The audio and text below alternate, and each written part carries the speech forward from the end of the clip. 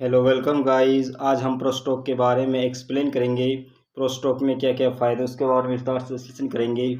जैसे कि जो प्रोस्टॉक है, प्रोस्टॉक में जब हम अकाउंट ओपनिंग करते हैं तो उसका चार्ज नहीं लगता, वो फ्री है। और डीमेट अकाउंट ओपनिंग करते तो उसका भी चार्ज नहीं लगता, वो भी फ्री है। अगर हम डीमेट अकाउंट एएमसी जो चार्ज होता है उसे हमें देना होता है। इसमें भी ये है कि अगर हम डीमेट अकाउंट एएमसी जो चार्ज है 1,000 रुपये देकर अनलिमिटेड लाइफ टाइम तक अपने चार्ज है जो उसे बचाया जा सकता है। एक बार चार्ज देना होगा 1,000 रुपये का। ये इसमें फ़ायदा। अगर आपको ये स्कीम पसंद नहीं आती तो फिर भी आप अपने 1,000 रुपये को डिपॉजिट करवा सकते हैं। प्रोस्टॉक में अलग अलग स्कीम हैं। जैसे कि अगर बहुत से व्यक्ति ऐसे होते हैं जो ट्रेडिंग ज़्यादा करते हैं, तो उनके लिए क्या है कि 899 रुपये का प्लान है, वो कितनी भी ट्रेडिंग करें, अनलिमिटेड ट्रेडिंग करें, वो कर सकते हैं इक्विटी में। इक्विटी में ये ऑफ़र है। और करेंसी में है 499 रुपये का प्लान। इसमें क्या है कि आप कितने भी करेंसी में ट्रेडिंग करें, आपसे एक्स्ट्रा रुपये नहीं लिए जाएंगे। एक महीने में 499 और इक्विटी में 899 रुपये ले जाएंगे। ये इसका ऐसा है, बहुत से ज़्यादा करते हैं। लेकिन आप जिस ऑफ़र को नहीं लेते हैं तो फिर आप प्रति ट्रेडिंग के हिसाब से 15 रुपये देने होते हैं। अभी ये थोड़ा सा और विस्तार भी इसके कर रखा है। जैसे कि इक्विटी के लिए अगर आप 1 साल का ऑफ़र लेते हैं तो उसमें क्या है कि 8,999 लगभग 9,000 रुपये आपको सालाना देना होता। आप कितनी भी ट्रेडिंग करो साल भर, आपको एक्स्ट्रा रुपये नहीं देने होंगे। इसी तरह इस 499 रुपये में भी क्या है, करेंसी में ये ऑफ़र दे रखा है। करेंसी में क्या है कि आप 4,999 लगभग 5,000 रुपये दो। करेंसी में कितनी भी ट्रेडिंग करो, आप बेफिक्र होकर ट्रेडिंग करो, आपसे एक्स्ट्रा चार्ज नहीं लिया जाएगा। तो ये थी अनलिमिटेड ट्रेडिंग प्लान। अगर आप इसे नहीं करते हैं तो फिर आपको क्या करना है, तो आपको जैसे कि आपने एक ट्रेडिंग की, एक ट्रेडिंग के हिसाब से आपको 15 रुपये देने होंगे। हर ट्रेडिंग पर 15 रुपये देने होंगे। यानी एक ट्रेडिंग करी तो 15, दूसरी करी फिर 15 रुपये।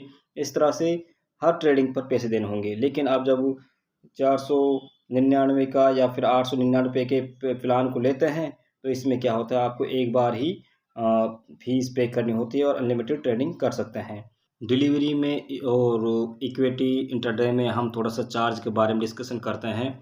अगर हम फ्लैट फ्री प्लान को हम यूज़ करते हैं तो इक्विटी डिलीवरी में फ्री ट्रेड कर सकते हैं। और इक्विटी इंटरडे में हमें 15 रुपया पर ऑर्डर के हिसाब से देने होते हैं। और ब्रोकरेज अनलिमिटेड प्लान में क्या है कि इक्विटी में फ्री होगा और डिलीवरी जो इंटरडे है इसमें भी इक्विटी डिलीवरी जो इंटरडे है इसमें भी फ्री रहेगा।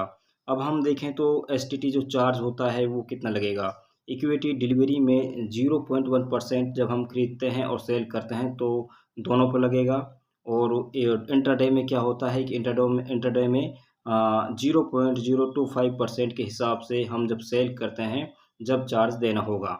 अब ट्रांजैक्शन चार्ज को देख लेते हैं। एनएसई में लगभग 335 यानी 335 रुपये, अगर 1 करोड़ रुपये पर ये इतना लिया जाता है। और बीएसई में 375 पर करोड़ के हिसाब से लिया जाता है।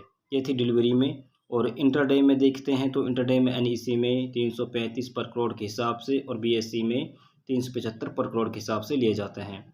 अगर जीएसटी देखा जाए तो जीएसटी 18% डिलीवरी में और इंटरडे में भी 18% जीएसटी ली जाती है। सेवी चार्ज को देखें तो 0.001% और 1 करोड़ 10 रुपया। और इंटरडे में क्या होता है, इंटरडे में भी 0.001% 1 करोड़ 10 रुपया लिए जाएंगे। एक नज़र हम स्टाम्प चार्ज पर भी देख लेते हैं। स्टाम्प चार्ज क्या है कि 0.015% के हिसाब से 1 करोड़ पर 1,500 रुपये।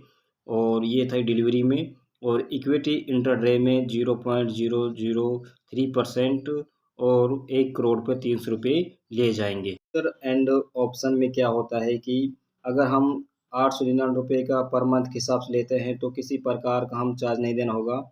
लेकिन अगर हम नहीं लेते हैं तो 15 रुपये पर ट्रेड के हिसाब से हमें चार्ज देना होगा। जैसे कि ब्रोकरेज चार्ज फीचर्स में हम 15 रुपये ट्रेड और ऑप्शन में 15 रुपये ट्रेड के हिसाब से देना होगा।